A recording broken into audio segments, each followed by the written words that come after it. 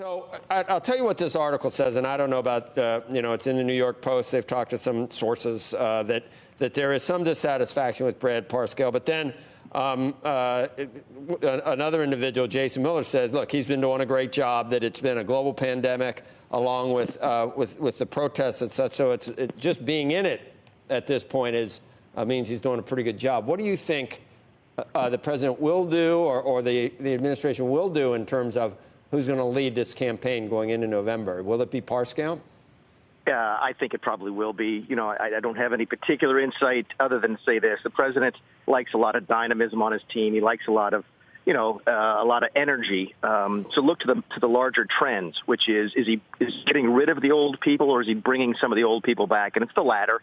Hope Hicks is back in the White House now. There's folks on the campaign team who have not been there since the last campaign. They're rebuilding essentially the same team that won in 2016. So, I saw the Post story. I don't put too much credence in it. I think that the president's very comfortable with the team. He likes having those familiar faces around, and Brad is probably there for the duration. Mick, if you were chief of staff now and seeing what we've seen for the past 3 weeks or so, it almost feels like there's been a seismic shift in the way people view systemic racism in the country right now. Do you think the president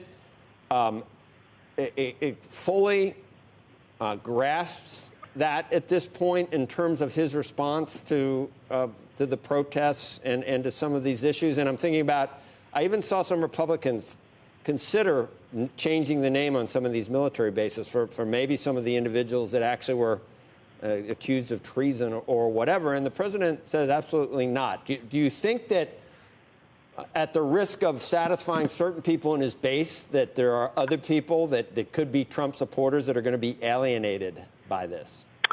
No, I think what you're seeing is that the president is a lot more comfortable working in other areas. He's much more comfortable talking about tax policy and foreign policy. Those are the areas he's comfortable with. A lot of us are like that.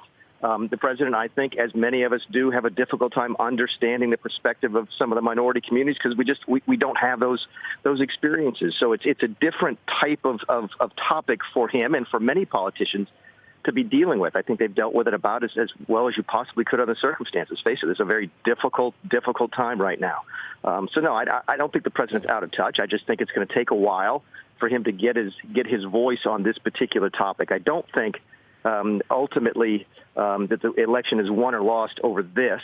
I think it's going to be won and lost over a variety of things, but this will only be one of the factors. Yeah, let's go into that because incumbents usually do pretty well, but we have seen that incumbents that have an economy that we thought was going to be President Trump's strong suit, nobody knows where we'll be 4 or 5 months from now, and it looks like the economy could be rebounding already. But what will it be, the COVID response? Will it be the economic situation in September and October? What do you think will dictate how the country's feeling? The betting odds have flipped in favor of Joe Biden just in the past couple of weeks pretty significantly.